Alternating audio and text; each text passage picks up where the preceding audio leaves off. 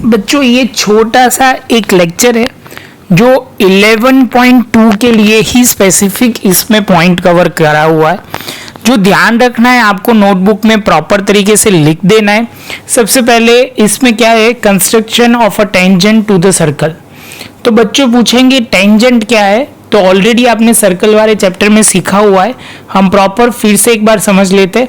A tangent to the circle is a straight line which touch the circle at a point.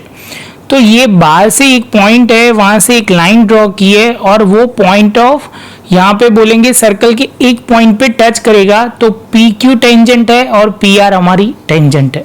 समझ में आया? बाहर के एक पॉइंट से हमने एक लाइन ड्रॉ की है, ये दूसरी लाइन ड्रॉ की हुई है और वो सर्कल पे टच कर रही है, इसको बोलेंगे P Q tangent and P R tangent. इसके बाद दूसरा बच्चों क्या पॉइंट है, this point is called the point of contact. तो ये पॉइंट ऑफ कॉन्टेक्ट बोला जाएगा क्यू एंड आर। सही है।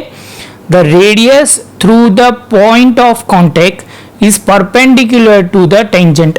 तो अभी बोला गया है कि सेंटर जो वो है सर्कल का और उसका रेडियस यहां से कनेक्ट होगा और यहां से होगा, तो ये ऑलवेज परपेंडिकुलर ड्रॉ होगा।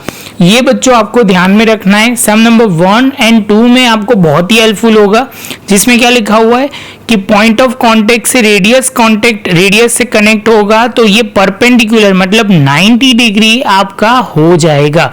ये ऑलरेडी आपने 10 चैप्टर में डिटेल में आपने थियरम देख लिया है, वहां हमने ऑलरेडी डिस्कस किया है, तो आप अच्छी तरह वो क्लियर कर लीजिए। और ये अभी आपको ध्यान में रखना है, रिकॉल कर देना है, जिससे आपका गलत ना हो, कंफ्यूजन क्रिएट ना हो।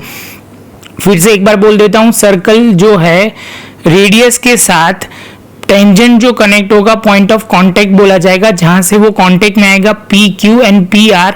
तो आप बोलोगे सर ओ से क्यू और ओ से आर रेडियस से हम कनेक्ट करते हैं, तो यहाँ पे जो पॉइंट ऑफ कांटेक्ट होगा वहां पे 90 डिग्री परपेंडिकुलर टू टेंजेंट होगा, मतलब यहाँ पे 90 डिग्री हो जाएगा।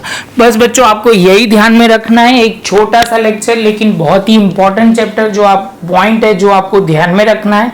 सिंपल पॉइंट था, क्लियर हो जाएगा। अच्छी तरह पॉज कर लो और लिख लो नोटबुक में, जो आपको बहुत ही आगे चैप्टर में काम आएगा। 11.2 में ये लॉजिक बहुत ही आपको इंपॉर्टेंट है। 2-3 पॉइंट में ऐसा है कि लेक्चर सम नंबर जो 5 है उसमें भी आपको बहुत हेल्पफुल रहेगा, और जो पॉइंट जो डिग्री वाला सम है उसमें आपको क्लियर कर देना है, जिससे क्या होगा बच्चों आप इजीली सम सॉल्व कर पाओगे। सम नंबर 4 है जिसमें ये बहुत ही हेल्पफुल होगा और 1-2 में भी बहुत हेल्पफुल होगा। तो बच्चों पॉज करो और अच्छी तरह लिख लो। अच्छा लिखिए, वीडियो लगाओ तो लाइक शेयर सब्सक्राइब जरूर करना है। मिलेंगे आप नए लेक्चर में नए टॉपिक के साथ।